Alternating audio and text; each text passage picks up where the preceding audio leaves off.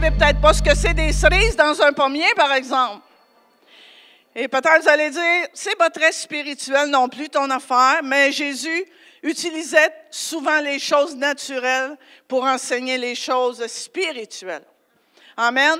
Alors, on va lire un texte pour commencer ce matin dans l'Évangile de Matthieu, chapitre 7, versets 15 à 20. Alors, la parole de Dieu nous dit ici, « Gardez-vous des faux prophètes. Ils viennent à vous en vêtements de brebis, mais au-dedans, ce sont des loups ravisseurs. Vous les reconnaîtrez à leurs fruits. Cueille-t-on des raisins sur des épines ou des figues sur des chardons? Tout bon arbre porte de bons fruits, mais le mauvais arbre porte de mauvais fruits. Un bon arbre ne peut porter de mauvais fruits, ni un mauvais arbre porter de bons fruits. Tout arbre qui ne porte pas de bons fruits est coupé et jeté au feu. C'est donc à leurs fruits que vous les reconnaîtrez. » Amen. Prions.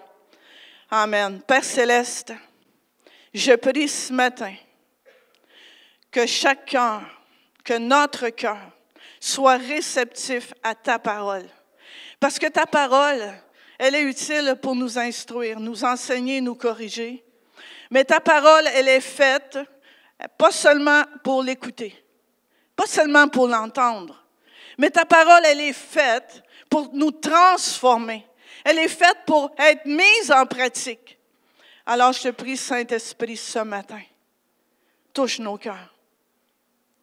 Que s'il y a quelque chose dans ce message qui nous amène à changer dans notre vie, que nous ayons l'humilité de le changer, de se soumettre à ta parole, Seigneur.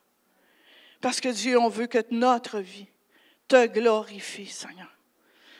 Alors, Saint-Esprit, je prie que seulement ce que tu veux qui sorte de ma bouche ce matin. Prends contrôle de ma bouche, prends contrôle de mes pensées. Que ton onction, Seigneur, soit sur ta parole, Seigneur, et sur ma bouche ce matin. Et je prie au nom de Jésus. Amen. Amen. C'est donc à leurs fruits que vous les reconnaîtrez. Ici, on parle des faux prophètes. Et ça, ces versets-là, c'est vers la fin du sermon sur la montagne. Dans d'autres versions, ça dit « Donc, vous les reconnaîtrez à leur conduite. » Ou donc, vous reconnaîtrez les faux prophètes en voyant ce qu'ils font, et non seulement par ce qu'ils disent. Et c'est quoi un faux prophète? Un faux prophète, c'est un homme ou une femme qui prétend parler de la part de Dieu sans être envoyé par lui. Un faux prophète, entre autres choses, suit davantage une personne que la parole de Dieu. Les faux prophètes parlent pour faire plaisir aux gens, pour inciter les gens à marcher sur le chemin large et spacieux. Les faux prophètes induisent les gens en erreur. Et C.H. Spurgeon a dit quelque chose d'assez comique, mais assez réel en même temps. En parlant des faux prophètes ou des gens qui disent parler de la part de Dieu, mais qui n'enseignent pas la vérité de la parole de Dieu, qui n'enseignent pas la saine doctrine des Écritures. Alors, C.H. Spurgeon dit ceci, en parlant des faux prophètes, il dilue, vous savez ce que c'est diluer, tellement la vérité, il dit, il n'y en a même plus assez pour faire une soupe à une sauterelle malade. C'est assez dilué, ça. Il dit, ces hommes ou ces femmes qui prétendent parler au nom de Dieu viennent en vêtements de brebis, donnant ainsi à penser qu'ils sont de vrais croyants. Mais au-dedans, ce sont des loups ravisseurs. Et ça, c'est un avertissement pour nous, l'Église, aujourd'hui, en 2019, de regarder, non pas juste regarder à ce qu'on entend, mais regarder à la conduite des gens. Et l'important, il faut, si on veut vraiment, si on ne veut pas être séduit ou se laisser tromper par ces gens-là, il faut s'attacher de plus en plus à la parole de Dieu. Il faut s'attacher à la parole de Dieu. Il faut être vigilant. Il faut veiller. Mais vous savez, il n'y a peut-être pas pas seulement les gens qui portent le nom de faux prophètes, qui se reconnaissent à leurs fruits. Mais toute personne née de nouveau, toute personne devenue enfant de Dieu, toute personne disciple de Jésus-Christ se reconnaît par le fruit dans sa vie. Le fruit, c'est la qualité du caractère chrétien qui glorifie Dieu à travers sa vie et son témoignage. C'est ça le fruit. Dans Éphésiens 5, versets 8 à 11. S'il fut un temps où, vous aussi, vous apparteniez entièrement aux ténèbres, à présent, par votre union avec le Seigneur, vous êtes devenus des êtres de lumière. Comportez-vous donc comme tels, répandant la clarté autour de vous. Les fruits que la lumière fait mûrir sont l'opposé des péchés énumérés auparavant, avant verset 8. C'est tout ce qui est bon, juste et vrai. L'amabilité, la droiture de cœur, une scrupuleuse honnêteté et l'amour de la vérité. Bref, tout ce qui porte la marque de la lumière. Ça, c'est un fruit qu'un chrétien, un enfant de Dieu, un disciple de Jésus-Christ doit porter. Jean-Baptiste a dit aux religieux de son temps, aux docteurs, aux religieux de son temps qui venaient pour se faire baptiser dans l'eau, il leur a dit, dans Matthieu 3,8, « Produisez donc du fruit digne de la repentance. » C'est quoi la repentance? C'est un grand mot. En grec, métanoïa. Ça veut dire un changement de mentalité, un changement d'intention. C'est la tristesse qu'on éprouve de ses péchés et la douleur d'avoir offensé Dieu. La repentance, ce n'est pas juste des petites larmes de crocodile. La repentance, c'est vraiment une tristesse dans notre cœur d'avoir offensé Dieu. Une tristesse qui conduit à un changement de cœur, qui nous fait abandonner le péché pour nous tourner vers Dieu. C'est ça la vraie repentance.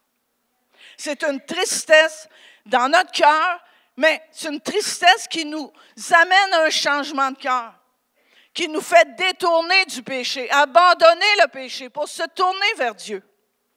Dans 2 Corinthiens 7, 10, Paul a écrit ceci.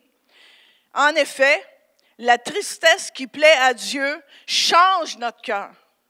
De cette façon, nous pouvons être sauvés et nous n'avons pas à regretter cette tristesse. Mais la tristesse qui ne change pas le cœur produit la mort. Dans le fond, ce que Jean-Baptiste disait ici, quand il dit « Produisez donc du fruit digne de la repentance », il disait « Prouvez donc par vos actes que votre changement est réel. Prouvez par vos actions que votre changement est réel. » La repentance, elle doit porter des fruits. Des fruits, un changement radical de caractère, un changement radical de choix de vie. C'est ça la repentance. Et ce que Dieu recherche dans ma vie, ce que Dieu recherche dans ta vie, c'est le fruit qui est produit la repentance. Tu dis que tu t'es repenti? Montre-moi les fruits de ta repentance.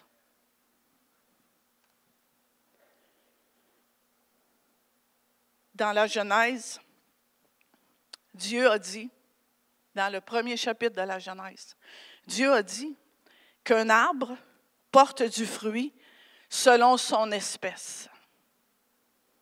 Ça ne va pas avec mon titre. Tout arbre porte du fruit selon son espèce. Un pommier porte des pommes. Un figuier porte des figues. Un cerisier porte des cerises. Un chrétien, enfant de Dieu, disciple de Jésus-Christ, porte le fruit de l'Esprit. C'est ça son fruit. Si je suis né de nouveau, disciple de Jésus-Christ, je porte le fruit de l'Esprit. Et le fruit de l'Esprit, on le connaît dans Galates 5, 22, 23. Mais ce que l'Esprit Saint produit, c'est l'amour, la joie, la paix, la patience, la bienveillance, la bonté, la fidélité, la douceur et la maîtrise de soi. La loi n'est certes pas contre de telles choses. L'amour, c'est tellement grand, l'amour. L'amour englobe tout le reste.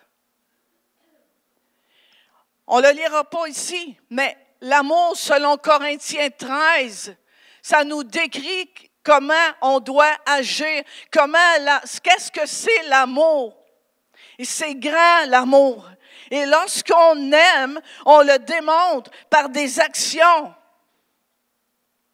Lorsqu'on aime, on fait des choses pour plaire à l'autre.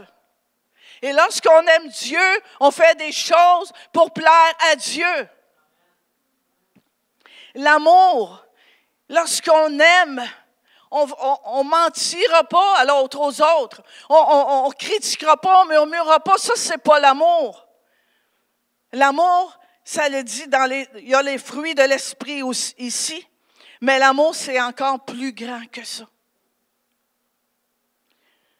Se démontre par des actes, des actions concrètes, pas seulement par des paroles, pas seulement par des « je t'aime ». Parce qu'il y en a pour qui c'est tellement facile de dire « je t'aime ». Je t'aime, mais aussitôt que j'ai le dos tourné, je parle dans ton dos, je parle contre toi. Alors, c'est les actions qui comptent et pas seulement les paroles. Vous savez, il y a des gens qui sont capables de dire des belles paroles. Il y avait un chant comme ça, des paroles et paroles et paroles. Ben, en tout cas, je ne le chanterai pas, c'est pas mon don, le chant. Mais comment est-ce que ça se démontre, l'amour? Comment se démontre ce fruit-là du Saint-Esprit? Bien, ça se démontre dans notre quotidien. Dans notre quotidien, à chaque jour, le fruit de l'Esprit est démontré. Il est démontré entre conjoints. Il est démontré dans les relations entre parents et enfants. Il est démontré dans les relations avec notre employeur, entre employés, dans les relations face aux autorités. Il est démontré ce fruit-là de l'Esprit, cet amour-là qu'on a, que produit le Saint-Esprit en nous. Il s'est démontré aussi dans l'Église entre frères et sœurs. Nous avons entre nos mains le manuel d'instruction. La Bible. Si tu as un mari, enfant de Dieu, un chrétien, un disciple de Jésus-Christ, tu dois porter le fruit qu'un mari doit porter. Tu ne sais pas comment faire? Va voir dans la Bible, dans la parole de Dieu, dans Éphésiens entre autres. Même chose pour une épouse. Même chose pour des parents. La parole de Dieu nous donne les instructions. Comment être, comment porter du fruit dans notre vie à chaque jour.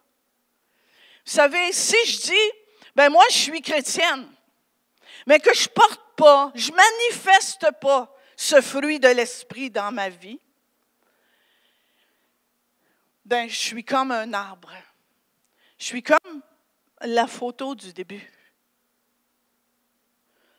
Si je ne porte pas le fruit de l'Esprit dans ma vie, je suis comme un arbre. Je suis comme un arbre qui dit, ben, hey, moi, je suis un pommier. Mais non, tu n'es pas un pommier. Tu as des cerises dans tes branches. Tu n'es pas un pommier. Ah, ben, oui. Moi, je suis un pommier. Ben, tu n'es pas un vrai pommier.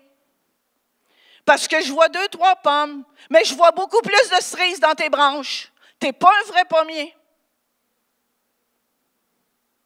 Alors, vous comprenez l'idée? Des cerises dans le pommier. Ça ne marche pas ensemble. Des cerises, ça ne va pas d'un pommier. Un pommier ne peut pas produire de cerises. Mais un enfant de Dieu, un disciple, doit produire le fruit du Saint-Esprit dans sa vie. Vous savez, dans la parole de Dieu, il y a un père qui a été trompé. On connaît l'histoire de Jacob et d'Ésaü. Et Jacob a trompé son père, qui était presque aveugle, en se déguisant, puis il s'est fait passer pour son frère pour avoir la bénédiction de son père. Et quelqu'un a écrit ceci, parce que son père, il était presque aveugle, fait que il n'a pas pu le reconnaître, mais il avait quand même un petit doute. Alors, il y a quelqu'un qui a écrit, pour beaucoup de chrétiens dont les actes ne répondent pas au langage, on pourrait dire, par la voix, c'est bien Jacob, mais ce sont les mains d'Ésaü. Alors, est-ce Jacob ou Ésaü? Maintenant, la parole nous encourage à porter du fruit. Mais on ne peut pas, par nous-mêmes, par nos propres forces, porter le fruit de l'Esprit. On ne peut pas dans la chair et par la chair porter le fruit de l'Esprit. Parce que les deux sont en opposition. Alors, comment on fait pour porter du fruit, le fruit de l'Esprit? Et on ne peut pas, comme je vous dis, par nous-mêmes, par notre chair, par nos propres forces, parce que la Bible nous dit, l'Esprit est bien disposé, mais la chair est faible. Alors, même si je veux, ma chair, ma nature humaine est faible et je peux le vouloir de tout mon cœur. Je peux vouloir de tout mon cœur être changé. Je peux vouloir de tout mon cœur avoir la maîtrise de soi, me maîtriser. Je peux réussir pendant quelques temps. Je peux réussir quelques jours, peut-être quelques semaines. Mais à un moment donné, comme l'expression dit, chasser le naturel, il revient au galop. Alors, par nos forces, on ne peut pas y arriver. On peut y arriver, comme je vous dis, un certain temps, mais à un moment donné, on va flancher, on va manquer, parce que c'est seulement le Saint-Esprit qui produit le fruit de l'Esprit en nous. Dans Jean 15, chapitre 15, verset 5, la parole de Dieu nous dit aussi ceci. C'est Jésus qui parle. « Je suis le cep de la vigne, vous en êtes les sarments. Celui qui demeure uni à moi, à Jésus, et en qui coule ma vie, portera du fruit en abondance, car séparé de moi, vous ne pouvez rien faire du tout. » Alors, pour porter du fruit, comme l'arbre a besoin, comme les branches ont besoin d'être attachées au tronc, en tant que personne, j'ai besoin d'être uni à Jésus-Christ, d'être attaché à Jésus-Christ, que sa vie coule en moi pour que je puisse porter du fruit, le fruit de l'Esprit. Si je demeure uni à Jésus-Christ et que sa vie coule en moi, il va me donner sa grâce. Il va me donner la grâce. Il va me donner sa grâce pour vivre la vie chrétienne selon les standards de sa parole. Selon les standards de la parole de Dieu. Selon qu'un enfant de Dieu doit vivre et doit mettre en pratique. Il est impossible de vivre la vie chrétienne sans être imprégné de Jésus-Christ. On ne peut pas vivre la vie chrétienne par nous-mêmes. On doit être imprégné de Jésus. On doit être proche de lui. On doit avoir une communion, une intimité avec le Seigneur. Si on veut vivre une vie chrétienne selon les standards de Dieu. Selon, comme j'ai dit tantôt, le manuel d'instruction. La Bible nous enseigne comment on devrait vivre en tant qu'enfant de Dieu. Et c'est tellement important, frères et sœurs, qu'on porte du fruit, qu'on porte de bons fruits, qu'on manifeste le fruit de l'Esprit. Parce que nous sommes des ambassadeurs sur cette terre. Nous sommes des représentants. Paul a dit dans l'Épître aux Éphésiens, je suis ambassadeur, je suis représentant de la bonne nouvelle sur la terre. C'est important, frères et sœurs. Nous sommes représentants de l'Évangile. Nous sommes représentants. Si je déclare que je suis enfant de Dieu, si je déclare que je suis chrétienne, si je déclare que je suis un disciple de Jésus-Christ, C'est que je représente Jésus, je représente Dieu sur la terre. Et les gens nous identifient. Dernièrement, j'ai rencontré un couple de Saint-Denis, ma paroisse natale. Ça fait des années, moi, que je suis partie de Saint-Denis. Ça faisait des années que je n'avais pas rencontré ces gens-là, des gens plus âgés que moi. Et lorsqu'ils m'ont vu, ils ne se rappelaient pas de mon nom. Souvent, ils ne se rappellent pas du prénom. Mais par exemple, il y a une chose qu'ils savaient, le monsieur. Tu es la fille de. Tu es la fille de. Et c'est ce que les gens, par notre attitude, par notre conduite, par nos actions, lorsqu'ils nous voient, ils devraient être capables de dire, tu es le Fils de Dieu. Tu es la fille de Dieu. Je le vois. Je le vois par ta vie. Je le vois par ce que tu dégages. Je le vois par ton amour. Je le vois par ta bonté. Je le vois dans ta vie. Tu es le fils et la fille de Dieu. Et lorsque on choisit quelqu'un pour représenter son pays dans un pays étranger, parce que c'est ça un ambassadeur, pensez-vous qu'on choisit quelqu'un au hasard? Non. On choisit quelqu'un qui va bien représenter notre pays à l'étranger. Et Dieu nous a choisis pour le représenter sur la terre. Alors, on a la responsabilité de bien le représenter sur cette terre. Si je dis que je suis un enfant de Dieu, mes paroles, mes actions, mon attitude doivent le démontrer. On ne peut pas dire n'importe quoi, frères et sœurs. On ne peut pas parler n'importe comment. Notre langage est important.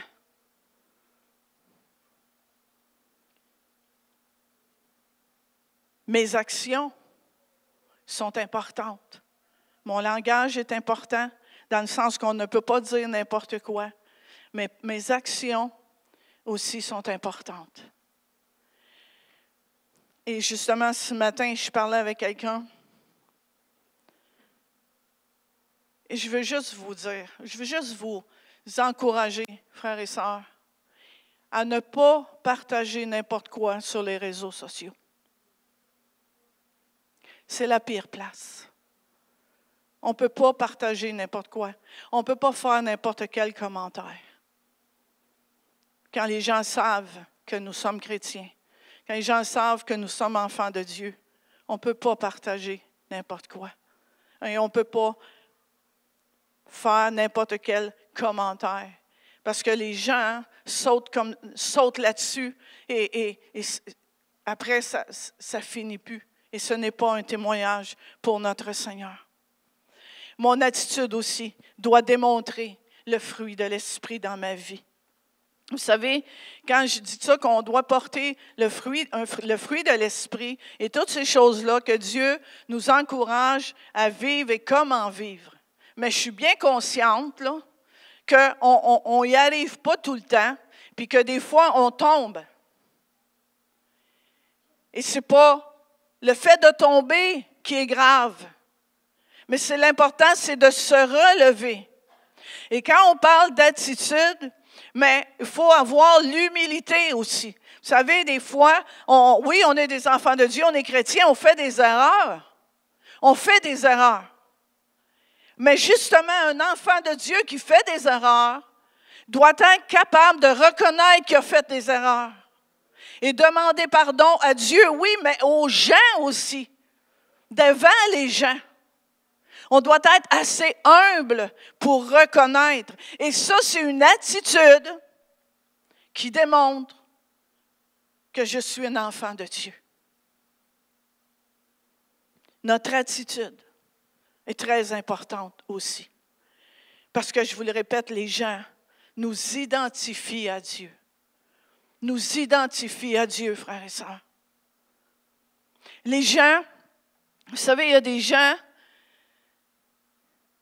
qui nous regardent vivre, puis ils vont se détourner de Dieu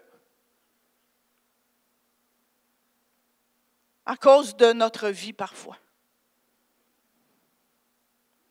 Ah, c'est très important. Les gens, des fois, comment je vous dirais ça? Les gens ne séparent pas Dieu d'un chrétien. C'est comme si tu es chrétien, il faut que tu sois parfait. Mais ça, ce n'est pas le cas. Nous ne sommes pas rendus à la perfection. Et tant qu'on va être sur la terre, on va cheminer, c'est un processus. Alors, mais l'important, c'est de savoir reconnaître nos erreurs, mais nous ne sommes pas parfaits. Par contre, si je dis je suis chrétien, là, et puis les gens me voient voler des choses dans le magasin, ils vont peut-être dire, si c'est ça un chrétien, je ne veux rien savoir de Dieu. Mais ce n'est pas Dieu qui a volé. Ce n'est pas Dieu qui m'a demandé de voler non plus. Alors, souvent, les gens, ils associent tellement. Ils ne sont pas capables de faire la différence. Alors, voyez-vous comment c'est important si je déclare que je suis chrétien. Je dois vivre et m'efforcer, comme je vous dis, de vivre comme un enfant de Dieu.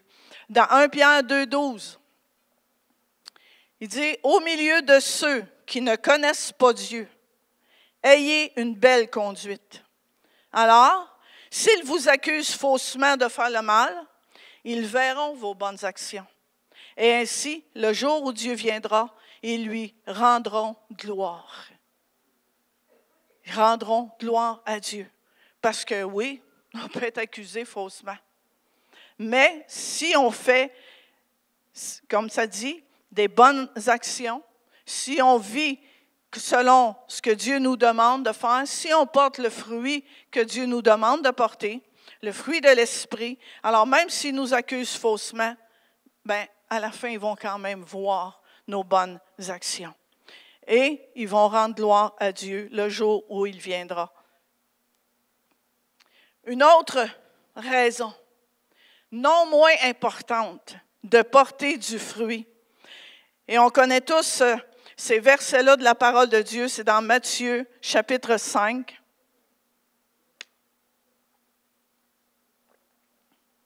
Matthieu 5, versets 13 à 16. « Vous êtes le sel de la terre. Mais si le sel perd sa saveur, avec quoi la lui rendra-t-on? Il ne sert plus qu'à être jeté dehors et foulé aux pieds par les hommes. Vous êtes la lumière du monde. Une ville située sur une montagne ne peut être cachée. Et on n'allume pas une lampe pour la mettre sous le boisseau, mais on la met sur le chandelier, et elle éclaire tous ceux qui sont dans la maison. Que votre lumière luise ainsi devant les hommes, afin qu'ils voient vos bonnes œuvres et qu'ils glorifient votre Père qui est dans les cieux. » Encore une fois ici, tantôt ça dit, ils vont voir vos bonnes actions, vont rendre gloire à Dieu. Et ici encore, il dit, ils voient vos bonnes œuvres, ils glorifient votre Père qui est dans les cieux. Alors, le but de porter du fruit, le fruit de l'esprit, c'est que Dieu soit glorifié au travers de ma vie. Que Dieu reçoive toute la gloire. Le sel avait une valeur considérable du temps de Jésus et par moments, il était plus cher que l'or. C'est important, hein? Il était plus cher que l'or. Il servait à donner de la saveur aux aliments, mais surtout à préserver les aliments de la pourriture. Un disciple de Jésus-Christ devrait avoir le même effet dans son entourage, donnant un bon goût aux choses de Dieu, empêchant par sa présence la corruption. Et le sel aussi donne soif. Est-ce que ma vie, est-ce que le témoignage de ma vie donne soif aux gens de connaître celui qui est mon sauveur? Notre présence, frères et sœurs, doit faire la différence dans le monde. Nous sommes des disciples de Jésus-Christ, remplis du Saint-Esprit. Nous avons l'amour de Dieu qui est répandu dans notre cœur par le Saint-Esprit. Alors, on doit aimer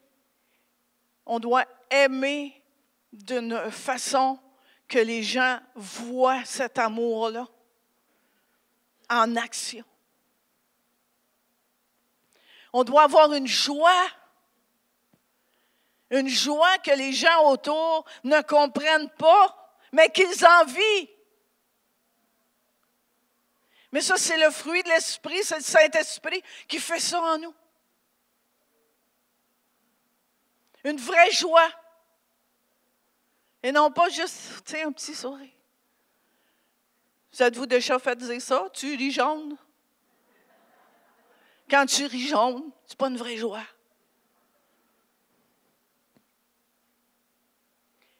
Les gens nous regardent. Les gens nous regardent. Ils nous observent. Ça ne paraît pas, là.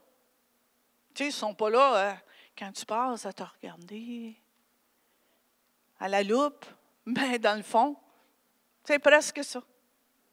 Alors, ils nous regardent.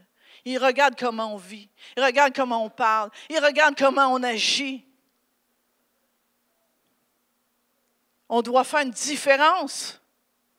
On doit faire une différence dans le monde. Comme je vous dis, parce qu'on est rempli du Saint-Esprit. On a la puissance de Dieu en nous.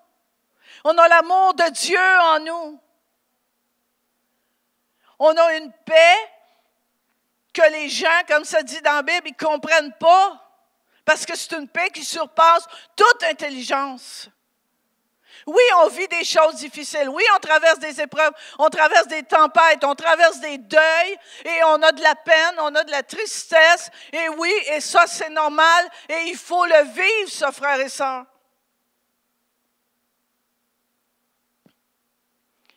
Comme j'ai déjà dit, moi, personnellement, je vous dis, ça, c'est personnel. Quand quelqu'un me demande comment je vais, je ne peux pas répondre, je vais toujours bien. Parce que je ne vais pas toujours bien. Mais par exemple, j'ai l'espérance. J'ai Dieu, j'ai tout. Oui, je traverse une période difficile. Oui, dans cette période-là, ça ne va pas bien. Mais je sais que Dieu est là, Dieu est avec moi. Puis il va me relever, puis il va me restaurer. Puis il va me donner la joie et la paix à travers ma situation.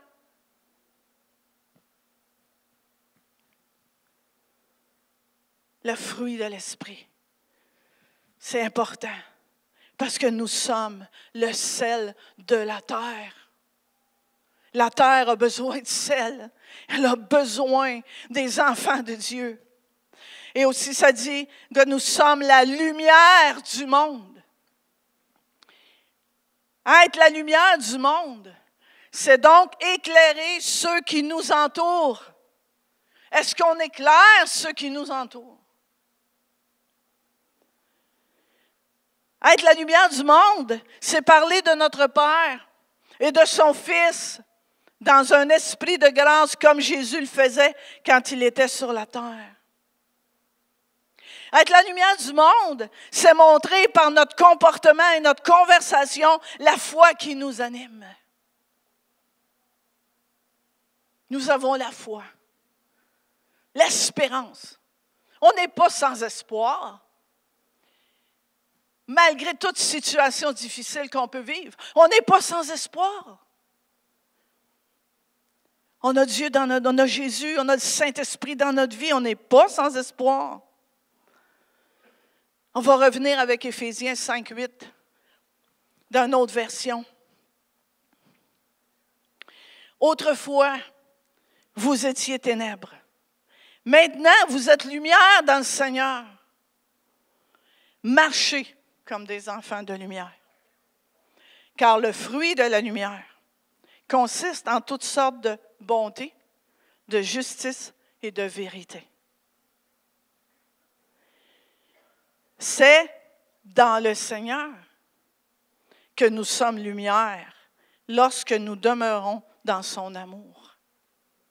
C'est dans le Seigneur que nous sommes lumière lorsque nous demeurons dans son amour. Dans notre famille, cette lumière-là, dans notre famille, elle est la lampe qui luit pour tous ceux qui sont dans la maison. Cette lumière-là, pour les invités, pour ceux qui viennent, ceux qui entrent voient la lumière. Dans notre vie sociale, notre lumière luit devant les hommes. Nous sommes la lumière du monde. Les gens ont besoin de cette lumière. Les gens ont besoin de cette lumière. Les gens ont besoin de notre témoignage.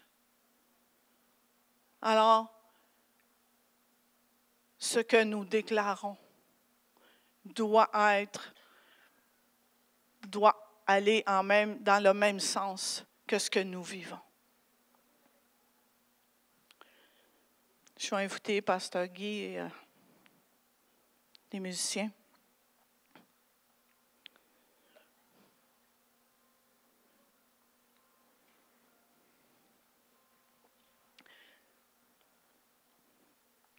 Mais je veux vous encourager ce matin.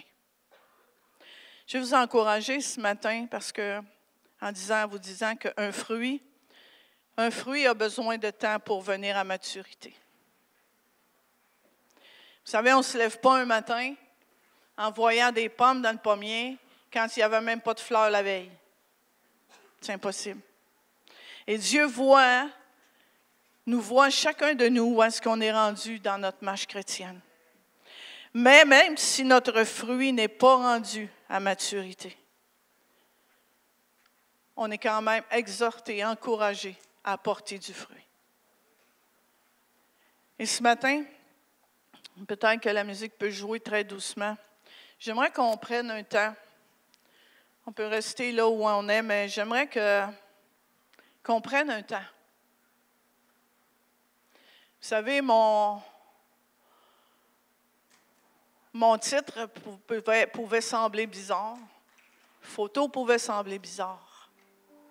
Mais je crois que c'est important ce matin qu'on prenne un temps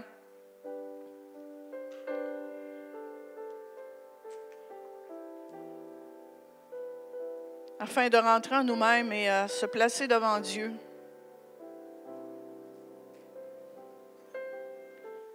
Seigneur, quel fruit que j'apporte.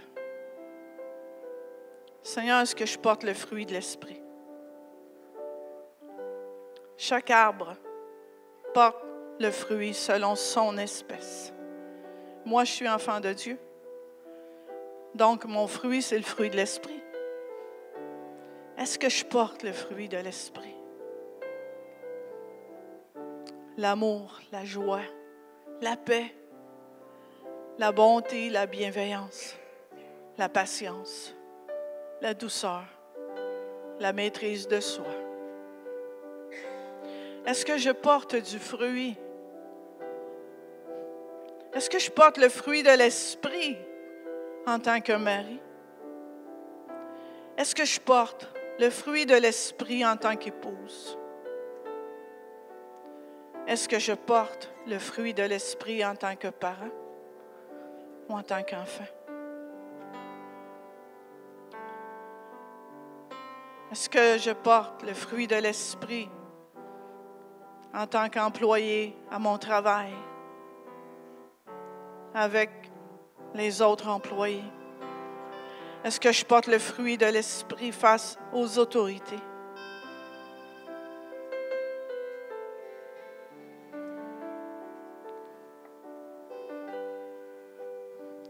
Seigneur, moi je ne veux pas des cerises dans mon pommier. Ça ne marche pas ensemble, Seigneur. Ça ne va pas ensemble. Vous les reconnaîtrez à leurs fruits, que Jésus a dit. Vous les reconnaîtrez à leur conduite. Vous les reconnaîtrez aux actions qu'ils font. Vous les reconnaîtrez à leur comportement, à leur attitude. Quel fruit que je porte. Est-ce que je fais la différence autour de moi? Suis-je le sel qui donne soif pour quelqu'un?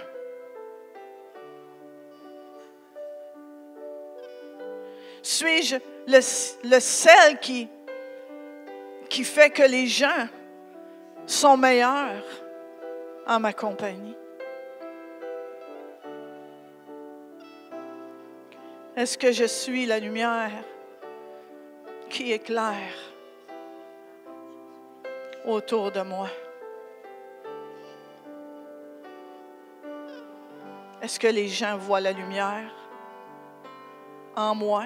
Est-ce que les gens voient la lumière lorsque j'arrive avec eux?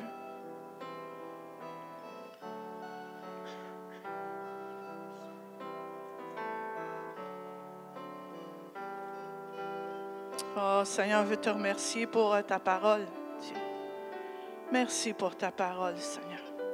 Seigneur, tu nous as choisis.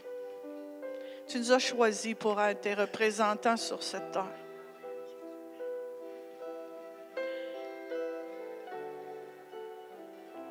On veut bien te représenter, Seigneur. On veut être de bons ambassadeurs et de bonnes ambassadrices du royaume de Dieu, de la bonne nouvelle. Seigneur, on veut marcher sur le chemin étroit qui mène à la vie et non le chemin spacieux et large qui mène à la perdition. On veut porter du fruit pour ta gloire, Seigneur. Pour ta gloire, Seigneur. Et Seigneur, nous reconnaissons bien humblement qu'on ne peut pas porter du fruit par nous-mêmes, par nos propres forces, mais qu'on doit rester attachés, unis à toi, afin que ta vie coule en nous. Parce que c'est comme ça qu'on va porter du fruit. Et du fruit en abondance. Et que Dieu, tu seras glorifié. Tu seras glorifié par ma vie.